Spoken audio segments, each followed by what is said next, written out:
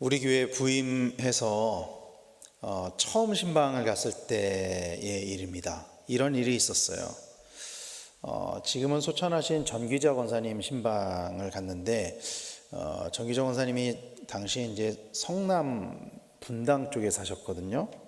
그래서 갔는데 권사님 두 분이랑 이제 김영수 목사님이랑 이렇게 네 명이 신방을 간 거죠. 갔다가 돌아오는 길에 이렇게 이야기를 하다가 강변북로에서 쭉 오다가 제가 그 신동 아파트 쪽으로 이렇게 들어왔습니다. 신동 아파트 쪽으로 들어왔습니다. 그랬더니 같이 동행했던 권사님들께서 당황하신 거예요. 처음에 왜 절로 들어가지? 왜 저리로 들어가지? 이렇게 당황을 하신 거죠. 그러더니 이내 이쪽으로 가도 교회로 갈 수 있으니까요, 그러시는 거예요. 저는 아시는 분들은 아시겠지만 저는 길눈이 굉장히 좀 밝은 편입니다. 길눈이 굉장히 밝은 편이라서 제가 가는 길에 대한 확신을 가지고 다니거든요. 그런데 권사님들이 왜 그러시는지 저는 그때 잘 몰랐어요. 우리 교회 와서 첫 신방했을 때예요. 주일에 부임하고 그 주 화요일에 신방을 갔을 때니까요. 완전 처음인 거죠. 그때 권사님들이 왜 그렇게 반응했는지 몰랐어요, 저는. 그런데 정말 얼마 안 가서 이내 왜 권사님들이 그렇게 반응을 하셨는지 알게 됐습니다. 우리 교회로 바로 들어오는 길이 있더만요. 보니까 그러니까 우리 교회로 바로 들어오면 되는데 왜 저기로 들어가지? 그러셨던 거였죠.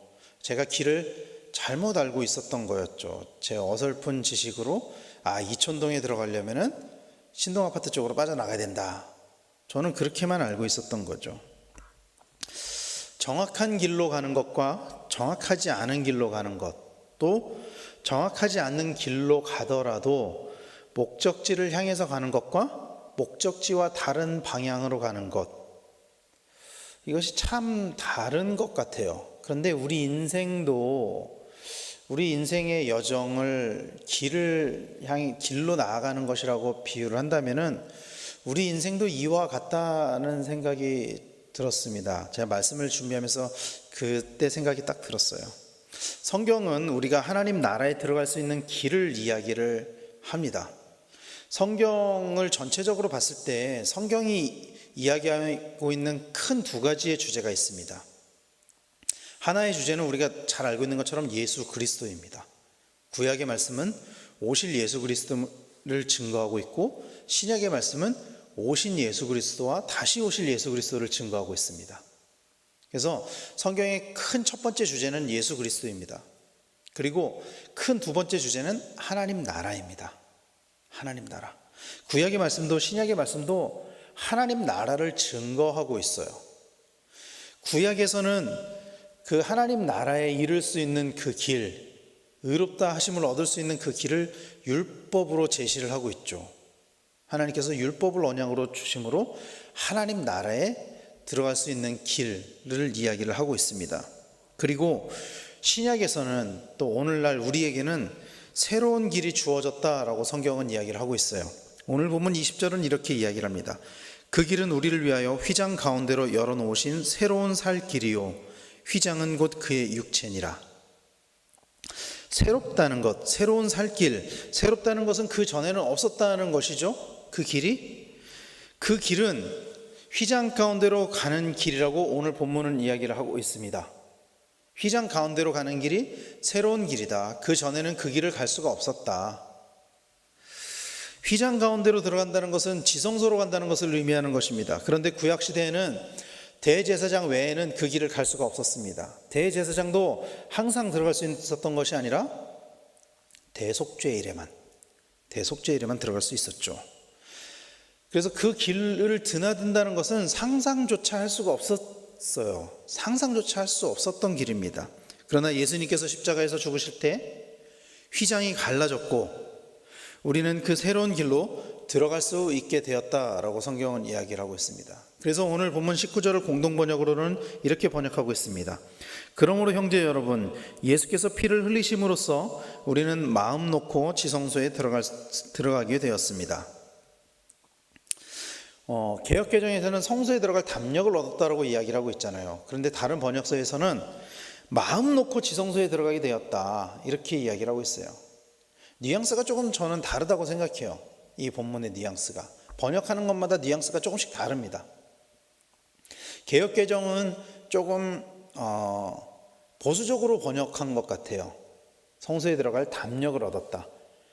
공동번역에서는 마음 놓고 지성소에 들어가게 됐다. 이게 담력을 얻었다는 것과 마음 놓고 들어가게 됐다는 것은 뉘앙스가 다르죠. 또 다른 번역에서는 떳떳하게 들어갈 수 있게 되었다, 그렇게 번역하기도 합니다.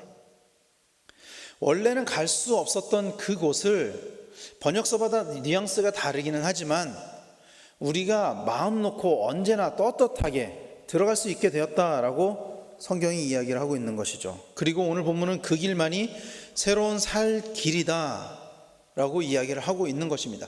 그 길만이 살 길이다, 그 길만이 살 길이다, 이렇게 이야기를 하고 있는 것입니다.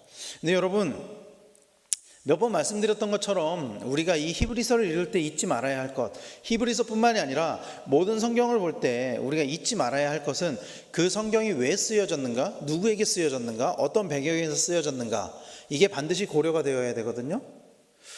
히브리서는 박해 가운데 있는 유대인 그리스도인들을 향한 글입니다. 그렇다면 그들에게 이 말이 위로가 되었겠느냐 하는 것이죠. 하나님께서 새로운 살 길을 내어주셨습니다. 그 길만이 우리가 살아갈 수 있는 새로운 길입니다.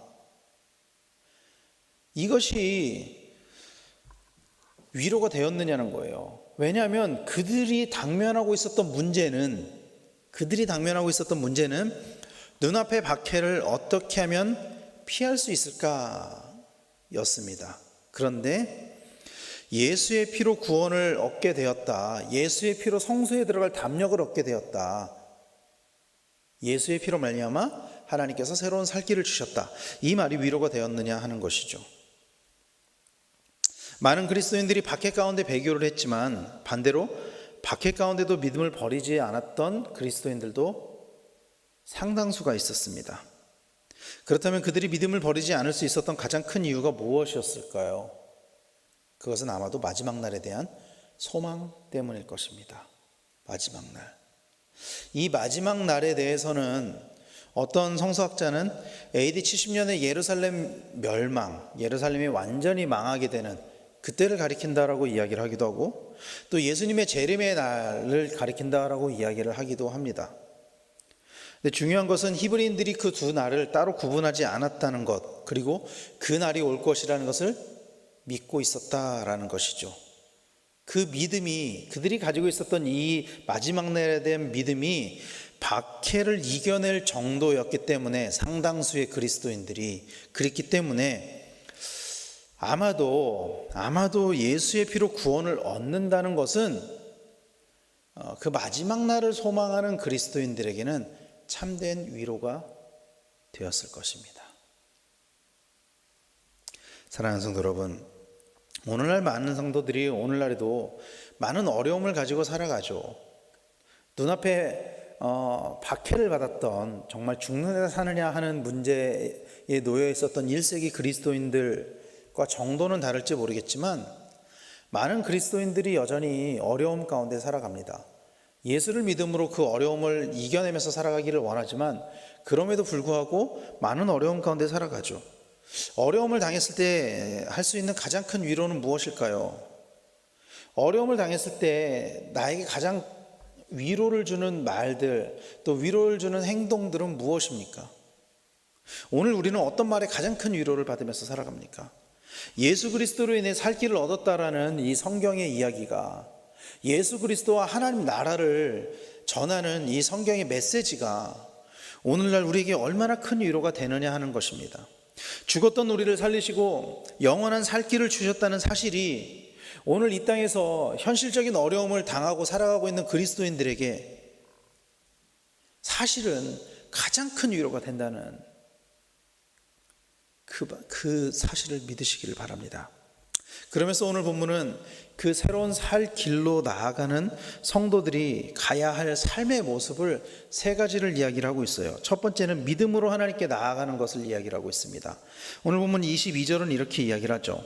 우리가 마음의 뿌림을 받아 악한 양심으로부터 벗어나고 몸은 맑은 물로 씻음을 받았으니 참 마음과 온전한 믿음으로 하나님께 나아가자. 참 마음과 온전한 믿음으로 하나님께 나아가자, 이렇게 이야기를 하죠. 마음의 뿌림을 받았다라는 것은 제물에 피를 뿌리는 행위를 뜻하는 것입니다. 곧 오늘날 우리에게 적용을 한다면 예수님의 보혈의 공로를 힘입는 것을 이야기를 하는 것이죠. 그리고 그 피 뿌림으로 인해서 악한 양심에서 벗어나게 된다라는 것입니다. 새로운 마음과 온전한 믿음으로 나아가는 것, 그것을 이야기를 하는 것입니다. 새로운 마음은 이 피 뿌림으로 인해서 악한 양심으로부터 벗어나는 것을 이야기하는 것이고, 온전한 믿음은 100%의 믿음을 이야기를 하는 것입니다. 단 한치의 의심도 없는 100%의 믿음. 예수님의 보혈의 공로로 새롭게 된 사람은 의심이 없는 믿음으로 나아가야 될 줄로 믿으시길 바랍니다. 그리고 두 번째는 서로 돌보는 것을 이야기를 합니다. 24절 말씀입니다. 서로 돌아보아 사랑과 선행을 격려하며 라고 이야기를 하고 있습니다. 여러분, 그리스도인의 공동체는 사랑과 선행이 있어야만 합니다. 그리스도인의 공동체는 사랑과 선행이 있어야만 해요. 다른 사람을 깎아내리고, 다른 사람을 흉보고, 다른 사람에게 상처를 주고, 다른 사람을 넘어뜨리게 하고, 다른 사람의 어려움을 외면하고, 이것은 그리스도인 공동체의 모습이 아닙니다. 그리스도인들의 삶의 태도가 아니라는 거예요. 그리스도인 공동체는 사랑과 선행을 서로 격려해야 됩니다. 서로 그러면서 돌아봐야 된다는 거예요. 서로가 서로를 돌아봐야 된다는 것입니다. 왜냐하면 그리스도인의 공동체, 교회는 각각의 지체들로 이루어진 한 몸이기 때문입니다. 성경은 교회를 몸으로 비유하고 있습니다. 그리스도의 몸으로 비유하고 있습니다. 그래서 그 몸을 이루는 각각의 지체로서 우리가 존재하는데, 그 지체들은 서로가 연결되어 있기 때문에 반드시 서로를 돌아봐야 한다는 것입니다. 왜냐하면요, 지체는 어느 한쪽이 약해지면 모두가 약해지기 때문입니다. 마치 우리 몸에 어느 한 부위가 아파도 온몸이 아파지는 것처럼, 어느 한 부위만 아파도 온몸이 다 아파지는 것처럼, 우리는 지체가 약해지지 않도록 사랑과 선행으로 서로 돌봐야 한다라는 것입니다. 그 한 사람의 아픔으로 인해서, 그 한 사람의 연약함으로 인해서 우리 공동체가 다 아프고 다 연약해질 수 있다는 거예요. 그렇기 때문에 사랑과 선행으로 서로를 돌봐야 된다는 것입니다. 그리고 세 번째는 모임을 권하는 것입니다. 25절 말씀은 이렇게 이야기를 하죠. 모이기를 패하는 어떤 사람들의 습관과 같이 하지 말고 오직 권하여 그 날이 가까움을 볼수록 더욱 그리하자. 뭘 권하죠? 모이기를 권하여 그 날이 가까움을 볼수록 더욱 모임에 힘을 내자, 그런 뜻이죠. 아마도 유대인들이 매주 드렸던 그 회당에서의 모임 외에도 그리스도인들만 가졌던 특별한 모임이 있었던 것 같습니다. 오늘날 우리가 공예배라고 하면은 주일 예배도 공예배라고 하지만 수요 예배도 공예배라고 하거든요. 공식적으로는 주일 예배와 수요 예배가 공예배입니다. 그러니까 당시에도 공식적인 예배만 있었던 것이 아니라 또 그 외의 모임이 또 있었던 것 같아요. 오늘날 우리가 수요 예배를 드리는 것처럼. 그리고 그 모임을 패하는 사람들이 있었던 것 같습니다.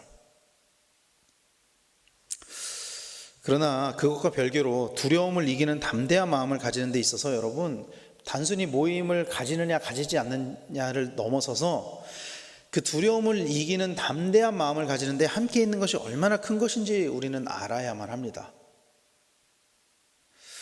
어제 제가 전도 세미나를 다녀왔습니다. 그런데 잠깐 갔다 오긴 했는데 한 1시간 반, 2시간 정도 이렇게 갔다 오긴 했는데 좀 공감이 되는 말이 있었어요. 뭐냐 하면은 이런 거예요. 그 강사님이 이렇게 말씀하시는데, 혼자서는 두려워서 나가서 전도를 하지 못하는 사람들도 함께 여러 사람이 같이 나가면은 그 두려움을 이기고 전도를 한다는 거예요. 두려움이 사라진다는 거예요. 같이 있다는 것만으로. 여러분, 로마의 박해 속에서 그 믿음을 지켜내야 했던 사람들이 혼자서 그 믿음을 지킬 수 있었을까요? 혼자서는 믿음을 지키기가 정말 어려웠을 것입니다. 그러나 함께 있을 때 박해를 이겨내는 믿음을 얻을 수 있었을 것입니다. 그래서 우리가 공동체로 존재하는 것이 의미가 있는 거예요. 그래서 혼자서는 믿음 생활을 할 수가 없습니다, 여러분. 왜냐하면 하나님은 사람을 함께 있도록 창조하셨기 때문입니다. 사랑하는 성도 여러분, 이 길은 함께 가는 길인 줄로 믿으시길 바랍니다. 함께 가는 길이에요. 어떤 사람들은 교회를 가지 않아도 구원을 받을 수 있다고 주장을 하죠. 제가 얼마 전에 저한테는 좀 나름의 충격이었는데, 가나안 성도를 처음 들어보신 분들이 계시다고 그러더라고요. 가나안 성도가 뭐지? 목사님 가나안 성도라 그러는데 그게 뭐지? 그러셨던 분들이 계셨대요. 저 굉장히 충격받았습니다. 저는 다 알고 계실 거라고 생각하고 이렇게 말씀드렸던 건데, 뭐였죠? 안 나가를 거꾸로 하면 가나안. 그래서 교회는 안 나가지만 나는 그리스도인이다 하는 사람들, 그런 사람들을 가나안 성도라고 하는데, 그런 분들은 교회를 가지 않아도 구원을 얻을 수 있다라고 주장을 합니다. 왜냐하면 성경은 믿음으로 구원을 얻는다고 이야기하지 않았냐. 그 말이 맞는지 틀린지 저는 정확히 모르겠어요. 교회를 안 나가도 구원을 얻을 수 있다, 일종의 무교회주의인데, 맞는지 틀린지 저는 정확히 모르겠습니다. 저는 틀리다고 생각하지만, 근데 한 가지 정확하게 이야기할 수 있는 것은 교회를 떠나서는 신앙생활을 지속할 수가 없습니다. 지속할 수가 없어요. 왜냐하면 우리는 근본적으로 죄를 향해서 달려나가기 때문에, 서로가 서로를 돌봐주지 않으면은, 서로가 서로에게 힘이 되어주지 않으면은, 서로가 서로에게 신앙적인 건강한 자극을 주지 않으면은 우리 혼자서는 신앙생활을 할 수가 없습니다. 죄를 향해서 달려나갈 수밖에 없어요. 좀 더 편한 삶을 향해서 나아갈 수밖에 없습니다.